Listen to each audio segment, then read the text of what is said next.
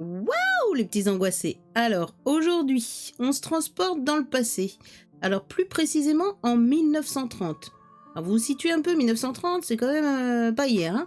Nous sommes en région parisienne. Hein, l'époque où 1930, où les enfants étaient très naïfs. Hein. Ils n'avaient pas accès à tout ce qu'ont accès les enfants d'aujourd'hui, c'est-à-dire la technologie, l'internet, les portables, etc. On se doute qu'en 1930, il n'y avait pas de portable. Alors, ils étaient très naïfs. On va retenir ça, hein, c'est très important pour l'affaire dont on va parler maintenant.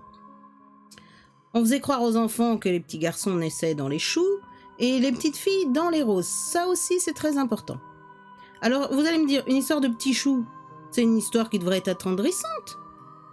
Pourtant, l'histoire que je vais vous raconter là, elle est loin d'être attendrissante et elle est plutôt terrifiante. Alors, on est dans la famille Lambert. On est à Gournay-sur-Marne, en région parisienne. Le pavillon des Lambert, il est plutôt pas mal à cette époque. Bon, il n'y avait pas trop d'argent, on vient de quitter une guerre il n'y a pas si longtemps que ça. Ils sont quand même, ils font pas partie des pauvres, ils sont bien placés dans la vie, ils ont ce qu'il faut, ils ont une belle petite maison à 2 étages, avec une étroite façade et surtout un petit jardinet d'agrément devant la maison et un petit potager derrière, ce qui sera très intéressant pour l'histoire. Le potager, oui, il va être très intéressant dans cette histoire. Il est minuit et tout le monde dort à Gournay. Ce 4 avril 1930. Une femme se glisse silencieusement dans le jardin des Lambert. Alors c'est qui? C'est un voleur? Mais non, c'est pas un voleur. Avec la pleine lune, on distingue parfaitement la silhouette et les voleurs ne font pas 1,10 m. Les voleurs ne sont pas habillés en bleu ciel. Les voleurs n'ont pas une longue chevelure dorée qui leur tombe dans le dos. Alors là, on parle de Jeannette Lambert. Elle a 9 ans et on a rarement vu une petite fille aussi jolie. Elle est plutôt menue pour son âge. Elle a des magnifiques cheveux, on vient d'en parler, blonds, qui lui tombent le long du dos, hein, bouclés. Elle attire l'attention par ses yeux bleus très pâles et limpides. On peut dire qu'elle a un teint de lait, ce qui lui donne un air un peu fragile. C'est vrai que Jeannette, on va parler d'elle, Jeannette, elle a la santé délicate.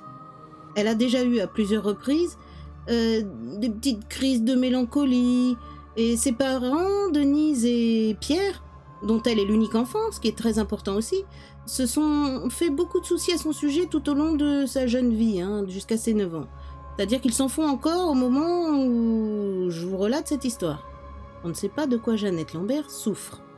Elle est mélancolique, elle est très, on va dire solitaire. En fait, c'est une enfant unique qui a été choyée par ses parents. Donc, Jeannette, elle est un peu comme toutes les petites filles uniques, c'est-à-dire elle a l'attention de ses parents, ça lui suffit, elle s'amuse toute seule, elle fait pas de bruit, elle fait pas de remous. La petite Jeannette, elle est facile à vivre pour ses parents, sauf qu'elle est pas si joyeuse que ça. Il y a quelque chose, la maman se dit, bon, c'est pas normal, ma petite fille, elle est pas comme les autres petites filles qui font des petites bêtises. Non, Jeannette, elle est silencieuse et tranquille, ce qui peut parfois inquiéter quand il s'agit d'un enfant de 9 ans. Alors, qu'est-ce que fait Jeannette dans le jardin? Je vous rappelle, bon, je vous situe, il est minuit et Jeannette est debout et la voilà dans le jardin. Il y a le clair de lune, ce qui rend son visage encore plus pâle. Elle a une petite robe de nuit bleue et ses longs cheveux blonds qui descendent comme un petit ange, quoi. On la voit angélique. Et pourtant, son regard, il brille d'un éclat inquiétant. Qu'est-ce que fait une petite fille dans le jardin la nuit? Qu'est-ce qu'elle vient faire? Cette petite fille, elle est munie d'un petit objet métallique, assez long et pointu, qui luit dans la nuit. C'est à un démon que ressemble ce petit être frêle ce soir-là. Alors, elle se faufile entre les plants de salade et les plants de radis. Elle relève le bas de sa chemise de nuit et s'agenouille. Non, ce n'est pas pour faire pipi. Non, ce n'est pas pour faire ses besoins. Elle s'agenouille, elle regarde un peu autour d'elle, hein, à la lueur de la nuit, ses yeux se sont habitués. Elle a une aiguille à tricoter, c'était ça son objet métallique. Elle le lève au-dessus de sa tête et elle murmure « Le gros seulement, le gros !» Et elle frappe de toutes ses forces. Mais vous me direz, elle frappe sur quoi? Elle frappe avec sa bouche tordue par un rictus de haine, elle frappe des choux. Une fois qu'elle a fini de frapper les choux, Elle retourne vite fait dans sa chambre, elle va se cacher sous ses draps. Mais avant d'aller sous ses draps, elle a bien mis son aiguille à tricoter au fond de son coffre à jouets. Et là, dans son lit, un peu essoufflée, elle parle à sa poupée. Qu'est-ce qu'elle dit à sa poupée ? « Ça y est, Isabelle, le petit frère ne naîtra pas, il est mort. J'ai percé le gros chou. On restera toutes les deux toutes seules. Et maman ne pourra plus cueillir le petit garçon. » Et oui, Jeannette Lambert, ce soir-là, elle a été percer les petits choux parce qu'on disait quoi à ces petits-enfants dans le temps ? Que les petits garçons naissaient dans les choux, rappelez-vous, on en a parlé un peu avant. Les petits garçons dans les choux, les petites filles dans les roses. Et c'est pas si loin que ça. Certainement que vos grands-parents pensaient la même chose. Ça dépend l'âge que vous avez. J'ai pas percé les petits choux, j'ai percé que les gros choux. Le lendemain matin, alors Denise, la maman, elle va chercher ses choux dans le jardin, parce qu'elle veut faire son repas. Un petit potager, c'est toujours bien. À cette époque-là, c'était commun. Alors elle prend ses choux, elle prend les plus gros nécessairement, elle laisse les plus petits pousser. Et quand elle revient dans sa cuisine avec son chou, qu'est-ce qui se passe ? Le chou, il est quand même lardé de coups bizarres. Elle reste quand même perplexe, la maman. Elle se demande qu'est-ce qui se passe, quoi.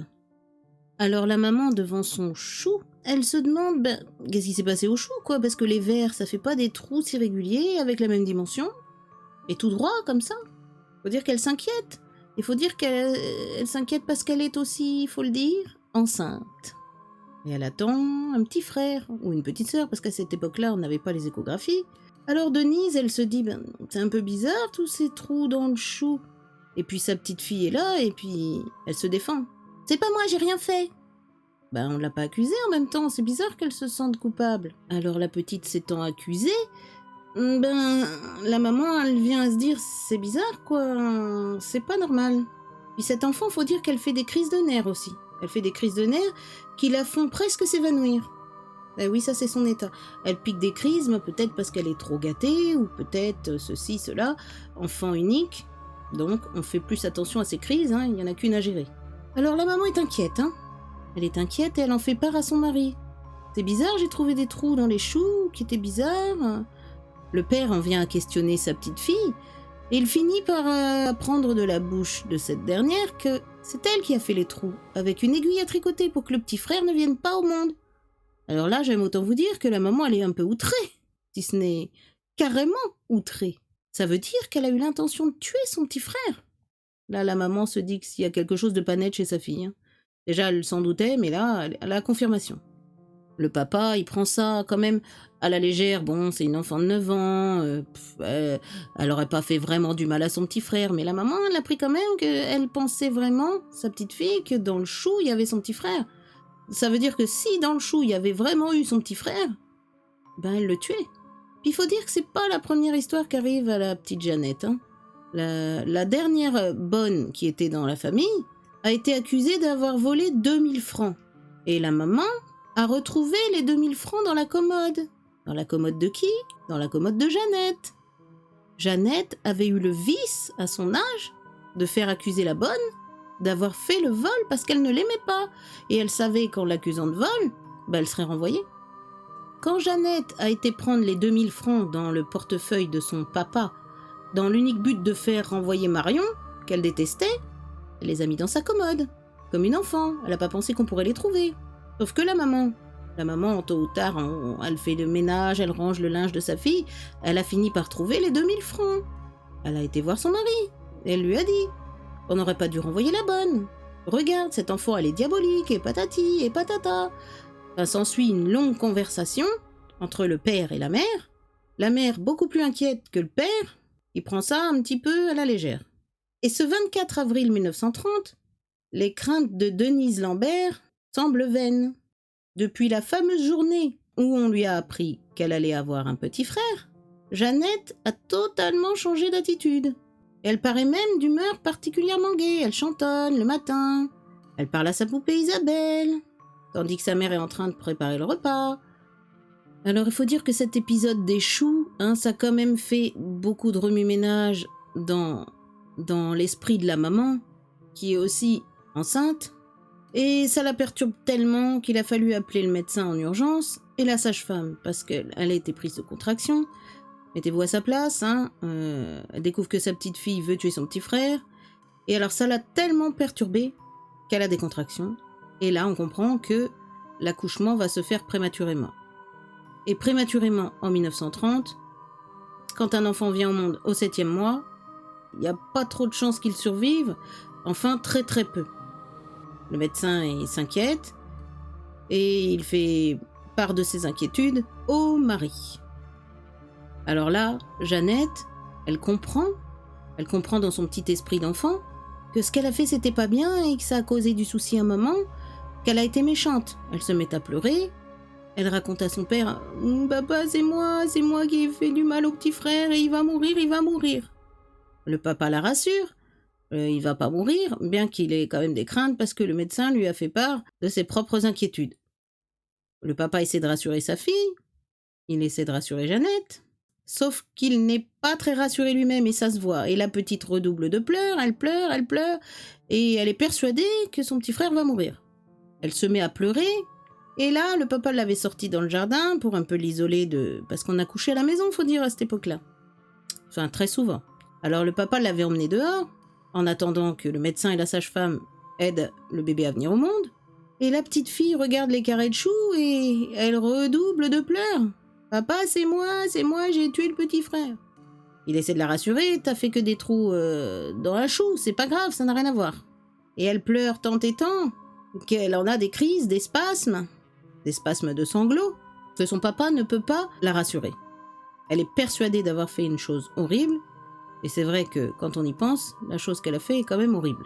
Même si des trous dans un chou, c'est des trous dans un chou, mais dans son esprit, c'était tuer son petit frère. Au bout d'un petit moment, le médecin vient voir le papa et lui apprend la triste nouvelle. Il va falloir que vous soyez courageux. Votre femme va tout à fait bien, mais l'enfant, malheureusement, est décédé. Alors, la semaine passe.